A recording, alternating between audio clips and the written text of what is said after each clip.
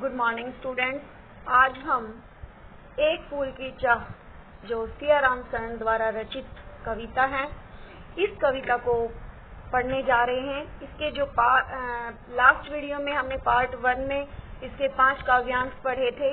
अब अगले जो 6 काव्यांश हैं वो हम इस वीडियो में पढ़ेंगे। बेटा ये जो कविता है ये लेंथी है, तो हम इसको 3 पार्ट में डिवाइड करके समझेंगे।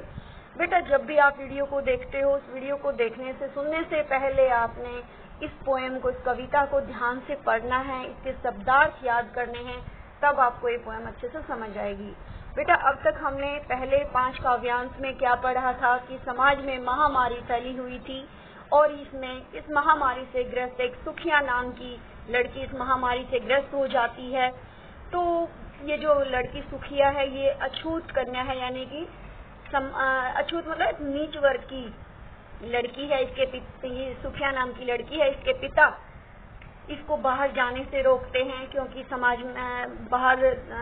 समाज में महामारी फैली हुई थी, लेकिन ये बाहर जाने से नहीं रुकती है और ये बीमारी से ग्रस्त हो जाती है। उसके बाद क्या होता है, ये बीमार होने के बाद सुखिया अपने पिता को देवी माता के मंदिर से एक फूल लाने को कहती है, लेकिन उसके पिता और वो अछूत होने के कारण उसको मंदिर में जाने की परमिशन नहीं थी। तो वो ये इस सोच में बैठ जाता है कि वो अपनी बेटी की इच्छा को कैसे पूरा करे। तो वो जब इस सोच में डूबा हुआ है तो उसको पता ही नहीं चलता कि कब सुबह हुई, कब दोपहर हुई और कब शाम हो गई। और इस दुख भरी स्थिति में वो इतनी सोच में पड़ जाता है कि उसे कुछ पता ही नहीं चलता। साथ ही उसके मन में बार बार ये बात भी आती है कि उसकी जो बच्ची है वो छोटी सी है और वो उसने समाज में कुछ देखा भी नहीं है, और अब ये जो है काल यानी उसकी मृत्यु उसको अपना ग्रास बना लेगी, यानी निगल जाएगी, अर्थात उसकी बेटी मर जाएगी। ऐसे दुख की स्थिति में उसे आकाश में चमकते हुए जो सितारे हैं वो भी जलते हुए अंगारे जैसे महसूस हो रहे हैं। अब हम अगला यानी 6th पैसेज पढ़ने जा रहे हैं। बेटा वही चुपचाप पड़ी थी, अटल शांति सी धारण कर, सुनना वही चाहता था मैं, उसे स्वयं ही उकसा कर, मुझको देवी के प्रसाद का एक फूल ही दो लाकर। बेटा यहाँ पर जो सुखिया का जो पिता है वो क्या कह रहा है कि उसकी बेटी बीमार हो गई है और वो हमेशा बीमार होने से पहले उछलती कूदती रहती थी, लेकिन अब उसका जो शरीर था वो स्थिर हो गया था, यानी कि वो एक पल के लिए भी उठ नहीं पा रही थी, यानी कि एक तरह से यहाँ पर बहुत ज्यादा वो स्थिर हो गई थी। क्या है, देख रहा था जो तो स्थिर हो, नहीं बैठती थी क्षण भर। यानी कि सुखिया का पिता कह रहा है कि मैं आज देख रहा था कि मेरी बेटी जो सुस्थिर मतलब कभी भी स्थिर होकर नहीं बैठती थी, एक पल के लिए भी। हाय वही चुपचाप पड़ी थी, आज वो चुपचाप चारपाई पर पड़ी हुई थी, यानी लेटी हुई थी, अटल शांति सी धारण कर, यानी कि वो बिल्कुल शांत चारपाई पर चुपचाप लेटी हुई थी। सुनना वही चाहता था मैं, उस स्वयं ही उकसा कर, यानी कि क्या कहता है, उस बेटी को शांत चारपाई पर लेटे हुए देख करके उसका पिता चाहता है कि उसकी बेटी बोले, और वो क्या बुलवाना चाहता है उसे, मुझको देवी के प्रसाद का एक फूल ही दो लाकर। जो एक बार स्टार्टिंग में जो उसकी बेटी ने कहा था कि मुझे देवी माता के मंदिर का प्रसाद का एक फूल लाकर दो, वो बात वो दोबारा से अपनी बेटी से कहलवाना चाह रहा था, यानी कि एक तरह से उसे बहाने से कि मैं तुम्हारे लिए क्या ला कर दूं। वो सोच रहा था कि उसकी बेटी कुछ बोले, लेकिन वो बिल्कुल भी बोल नहीं रही थी। ऊंचे शैल शिखर के ऊपर मंदिर था विस्तर्ण विशाल, स्वर्ण कलश सरसिज भी स्थित थे, पाकर समुदित रवि कर जाल, दीप धूप से आमोदित था मंदिर का आंगन सारा, गूंज रही थी भीतर बाहर मुखरित उत्सव की धारा। बेटा यहाँ पर क्या बताया गया है, ऊंचे मतलब ऊंचाई पर, शैल मतलब पहाड़, शिखर मतलब चोटी के ऊपर, यानी कि ऊपर पहाड़ी की चोटी के ऊपर मंदिर था, विस्तर्ण मतलब फैला हुआ, विशाल यानी कि पहाड़ की चोटी के ऊपर माता का मंदिर, बड़ा सा मंदिर, दूर मतलब बहुत ज्यादा फैला हुआ, यानी कि बहुत बड़ा मंदिर था जो पहाड़ की चोटी पर फैला हुआ था। स्वर्ण कलश सरसिज विकसित, स्वर्ण मतलब सोना, कलश सरसिज यानी कि मंदिर में जो कलश लगे हुए थे, सरसिज मतलब कमल, विकसित मतलब खिलना। तो जो मंदिर में स्वर्ण के जो कलश थे यानी सोने के जो कलश थे वो ऐसे लग रहे थे यानी कि स्वर्ण कलश स्थित थे, पाकर समुदित रवि कर जाल, समुदित आनंदित, रवि कर जाल यानी कि सूर्य की किरणें, यानी कि जब मंदिर के सोने के कलशों पर जो सूर्य की किरणें पड़ रही थी उससे ऐसा लग रहा था मान लो कमल के फूल खिले हुए हों। ऐसा लग रहा था कि ऊपर के क्या बोलते हैं आपके कमल के फूल खिल रहे हों। दीप धूप से आमोदित था मंदिर का आंगन सारा, यानी कि क्या होता है बेटा, मंदिर में धूप अगरबत्ती जोत वगैरह बत्ती की जाती है, तो यहाँ पर कह रहा है कि मंदिर का जो सारा आंगन था वो धूप और बत्ती से आनंदित हो रहा था, सबको मोहित कर रहा था, सबको सम्मोहित कर रहा था। साथ बड़ा ही अच्छा माहौल था कि यानी सारा जो मंदिर का आंगन था वो महक रहा था। गूंज रही थी भीतर बाहर मुखरी उत्सव की धारा, यानी कि क्या था बेटा, गूंज रही थी भीतर बाहर, मुखरी मतलब आवाज, उत्सव की धारा। बेटा जो मंदिर में आए हुए श्रद्धालु थे, जो भक्त थे, वो माता का कीर्तन कर रहे थे, भजन कर रहे थे, माता का के जयकारे लगा रहे थे। तो कह रहे थे गूंज रही थी, यानी कि मंदिर के बाहर और अंदर उन भक्तों की जो आवाज है वो गूंज रही थी, और वो आवाज जो जयकारे थे वो एक उत्सव जैसा माहौल उत्पन्न हो रहा था, यानी कि वहां पर बहुत ही अच्छा वातावरण उत्पन्न हो गया था। भक्त वृंद मृदु मधुर कंठ से गाते थे सब भक्ति मूड में, पतित तारिणी पाप हरिणी माता तेरी जय जय जय। बेटा यहाँ पर क्या गाया गया है, भक्त वृंद मतलब भक्तों के का समूह, वृंद मतलब समूह, मृदु मतलब कोमल, मधुर मतलब मीठा, कंठ मतलब गले से, यानी कि जो माता के जो भक्त थे वो मधुर कोमल यानी कि बहुत ही सुरीला गा रहे थे, गाते थे सब भक्ति मतलब भक्ति सहित, मूड में मतलब प्रसन्नता से, यानी कि जो माता के जो भक्त थे वो बड़ी ही सुरीली आवाज में गा रहे थे। क्या गा रहे थे, पतित तारिणी पाप हारिणी माता तेरी जय जय जय, यानी कि पतित तारिणी मतलब जो एक तरह से समाज में पतित हैं, यानी कि जो दया के लायक हैं, जो जिन्हें समाज ने बिल्कुल निष्कासित कर दिया है, उनको उनके पतितों को तारने वाली हो, यानी उनको ऊंचा बनाने वाली हो, पाप हरिणी यानी पापों को हरने वाली हो, हे माता तुम्हारी जय जय हो।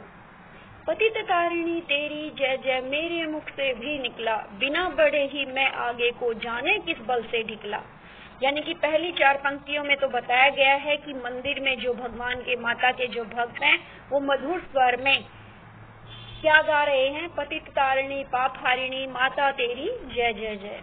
लेकिन यहाँ पर अब क्या कह रहा है कि मेरे मुख से भी निकला, यानी कि सुखिया का पिता कह रहा है कि उनके ये जयकारे सुन करके मेरे मुख से भी निकला, पतित तारिणी जय तेरी जय जय, यानी कि पापों को हरने वाली, दया करने वाली, हे माता तेरी जय हो। बिना बढ़े ही मैं आगे को जाने किस बल से ढिकला, यानी कि मैं आगे कदम मैंने बढ़ाए भी नहीं, लेकिन न जाने किस ताकत से मुझे अंदर ढकेल दिया गया। ढिकला मतलब धकेलना, यानी कि बेटा माता के मंदिर में बहुत सारे श्रद्धालु थे और वो उस भीड़ में खड़ा था, तो भी जो भीड़ है वो जयकारे लगाती हुई गाती हुई उसको भी अपने साथ धकेल कर ले गई, यानी कि वो बिना आगे खुद स्वयं आगे बढ़े हुए वो आगे बढ़ता चला गया। अर्थात बेटा क्या होता है, जब मेले वगैरह में मंदिर में जब ज्यादा भीड़ होती है तो क्या होता है कि एक दूसरे के धक्के लग करके हम आगे या तो आगे खिसक जाते हैं या पीछे छूट जाते हैं। तो बात होती है कि जो लोगों की भीड़ थी वो उसको आगे खिसकाती ले गई, यानी कि बगैर बढ़े ही उसको न जाने कौन सी ताकत आगे बढ़ा ले गई। अर्थात लोगों के जो धक्के थे उनके साथ लोगों के साथ ही वो आगे बढ़ता चला गया। मेरे दीप फूल लेकर वे अम्बा को अर्पित करके दिया पुजारी ने प्रसाद जब आगे को अंजलि भर के, भूल गया उसका लेना झट परम लाभ सा पाकर मैं, सोचा बेटी को माँ के ये पुण्य पुष्प दूं जाकर मैं। बेटा यहाँ पर बताया गया है कि जो सुखिया का पिता है वो भीड़ के साथ मंदिर के अंदर प्रवेश कर जाता है। मेरे दीप फूल लेकर वे अम्बा को अर्पित करके दिया पुजारी ने प्रसाद जब आगे को अंजलि भर के। अंजलि मतलब दोनों हाथों से, जैसे हम प्रसाद लेते हैं और यहाँ पर पुजारी है वो भी दोनों हाथों से माता का प्रसाद सुखिया के पिता को दे रहा है। क्या है बेटा, जब मेरे दिए हुए दिया और फूल यानी कि जो प्रसाद वो लेके गया था, जो दिया बाती जोत बत्ती जो माता के लिए वो लेकर गया था, वो उसने पंडित को दे दिया। पंडित ने क्या किया, अम्बा, अम्बा मतलब माता, माता यानी जो हमारी इसमें शेरा वाली माता यानी जो माता का जो मंदिर था, उस माता को अम्बा को अर्पित करके यानी कि उसको प्रसाद चढ़ा करके जब वापस पुजारी ने प्रसाद मुझे दोनों हाथों से मुझे प्रसाद दिया, भूल गया उसका लेना झट परम लाभ सा पाकर। यानी कि क्या है, वो सुखिया का पिता ही इसलिए गया था वहां पर ताकि वो माता के चरणों में अर्पित किया हुआ फूल प्रसाद के रूप में ले सके। अब उसे वो प्रसाद मिल रहा था तो वो उस सोच में, उस खुशी में डूब गया कि मुझे मेरी जो मनचाही इच्छा थी वो प्राप्त हो गई, और इस को सोचने में वो प्रसाद लेना ही भूल गया, यानी कि वो आगे हाथ बढ़ाना ही भूल गया उसका लेना झट परम लाभ सा पाकर। परम लाभ यानी बहुत बड़ा सुख, यानी बहुत बड़ा फायदा, यानी कि उसकी इच्छा क्या थी कि वो उस फूल को प्राप्त करे, प्रसाद को, फूल जो माता के चरणों में चढ़ाया गया था उसको प्रसाद स्वरूप ग्रहण करे। वो उसको मिल रहा था तो वो ये देख रहा था कि पंडित उसको दे रहा है, तो इस सोच में पड़ गया कि मुझे तो मेरी मन की जो इच्छा है वो पूरी हो गई है और मैं इसको ले जा करके अपनी बेटी को दूंगा, और इसी सोच में वो प्रसाद लेना भी भूल जाता है। सोचा बेटी को माँ के ये पुण्य पुष्प दूध जाकर मैं, यानी कि जो माँ के चरणों में अर्पित फूल जो प्रसाद के रूप में मुझे मिल रहे हैं, मैं इसको अपनी बेटी को जा करके दूंगा। तो वो इस सोच में डूब करके प्रसाद लेना भी भूल जाता है। नेक्स्ट बेटा, सिंहपोर तक भी आंगन से नहीं पहुँचने में पाया, सहसा यह सुन पड़ा कि कैसे यह अछूत भीतर आया। पकड़ो देखो भाग न जावे, बना धूर्त यह कैसा, साफ स्वच्छ परिधान किए हैं भले मानुषों के जैसा। मानुष मतलब मनुष्य। सिंहपोर बेटा शब्दार्थ को याद करने से आपको पता चलेगा। सिंहपोर है मंदिर का मेन दरवाजा, तक भी आंगन से यानी कि मंदिर की आंगन से वह मंदिर के मुख्य द्वार तक भी नहीं पहुंचा था, नहीं पहुंचने में पाया। यानी सुखिया का पिता कहता है कि मंदिर के आंगन से मैं जा रहा था और आंगन से मैं मुख्य द्वार तक भी नहीं पहुंच पाया था। सहसा मतलब अचानक यह सुन पड़ा कि कैसे यह अछूत भीतर आया। अचानक से मेरे कानों में आवाज पड़ी कि यह अछूत अंदर कैसे आ गया। अछूत किसके लिए प्रयोग किया गया था? सुखिया के पिता के लिए। तो कहते ये अछूत कैसे मंदिर के अंदर आ गया। पकड़ो देखो भाग न जावे, बना धूर्त यह कैसा। धूर्त मतलब धोखेबाज, यानी कि इसको पकड़ो कहीं ये भाग न जाए। इस धोखेबाज को पकड़ो कि इसने कैसा धोखा दिया, ये कैसे माता के मंदिर में प्रवेश कर गया और धोखे से इसने प्रसाद भी ले लिया। साफ स्वच्छ परिधान किए हैं भले मनुष्यों के जैसा। बेटा यहाँ पर हमारी सोच ये होती है जो अछूत होते हैं मैले कुचैले फटे पुराने कपड़े पहनते हैं, लेकिन यहाँ पर बताया गया है जो सुखिया का पिता है वो साफ सुथरे कपड़े पहनकर भला मानुष यानी कि उन जैसा यानी उच्च वर्ग के लोगों जैसा बन करके वो उस मंदिर में प्रवेश कर गया। तो ये इस बात के लिए कह रहे कि इसने साफ सुथरे कपड़े पहन करके हमारे जैसा दिखने लगा, यानी कि एक तरह से साफ सुथरे कपड़े पहन लिए तो उच्च वर्ग का दिखने लग गया। तो कहता है इसने ये साफ सुथरे कपड़े पहन करके हमें धोखा दे करके इस माता के मंदिर में यह प्रवेश कर गया है। नेक्स्ट बेटा, पापी ने मंदिर में घुसकर किया अनर्थ बड़ा भारी, कलुषित कर दी है मंदिर की चिरकालिक सुचिता सारी। क्या मेरा कलुष बड़ा है देवी की गरिमा से भी, किसी बात में मैं आगे माता की महिमा के भी। यहाँ पर बेटा जो उच्च वर्ग के लोग कहते हैं पापी ने मंदिर में घुसकर किया अनर्थ बड़ा भारी। अनर्थ मतलब बहुत ज्यादा गलती कर दी, इसने बहुत बड़ा अनर्थ कर दिया है कि यह मंदिर में घुस गया है। कलुषित मतलब अपवित्र, कलुषित मतलब अपवित्र कर दी है मंदिर की चिरकालिक सुचिता। चिरकालिक मतलब लंबे समय से चली आ रही, लंबे समय से, चिर मतलब लंबा, काल मतलब समय, यानी लंबे समय से, सुचिता यानी पवित्रता, यानी कि इस कलुषित मतलब अपवित्र कर दी है मंदिर की। चिरकालिक यानी प्राचीन समय से जो पवित्रता थी इस मंदिर की वो उसने समाप्त कर दी है। क्या मेरा कलुष बड़ा है देवी की गरिमा से भी। यहाँ पर बेटा सुखिया का पिता यानी वो अछूत मन में सोच रहा है, क्या मेरा कलुष मतलब अपवित्रता बड़ी है देवी की गरिमा से भी, यानी देवी की महिमा से भी, जो लाखों वर्षों पुरानी सबका उद्धार करने वाली है। क्या मेरा जो मैं अछूत हूँ, क्या मेरी जो अछूतता है, यानी कि एक तरह से जो अपवित्रता है, वो माता की गरिमा से भी बड़ी है। किसी बात में मैं हूँ, किसी बात में हूँ मैं आगे माता की महिमा के भी, क्या इस अपवित्रता के लिए मैं माता की महिमा से भी ऊपर हूँ? अर्थात मेरी जो अपवित्रता है वो लाखों वर्षों से जिसको उच्च वर्ग के लोग पूज रहे हैं, सबका वो माता उद्धार कर रही है, इतनी वो पवित्र और महिमामयी है, उसकी तुलना में मेरी जो अपवित्रता है वो माता से भी ज्यादा उच्च है, यानी कि मेरी अपवित्रता माता की महिमा से भी ज्यादा है। ये मन में वो जो सुखिया का पिता वो सोच रहा है।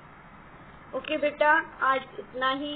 बेटा इसके क्वेश्चन आंसर और ये जो व्याख्या मैं आपको समझा रही हूँ, इसको अपनी बुक से और मेरी वीडियो से ध्यान से समझें और इनको याद करें और इनको बेटा सुले कॉपी में लिख कर प्रैक्टिस करें।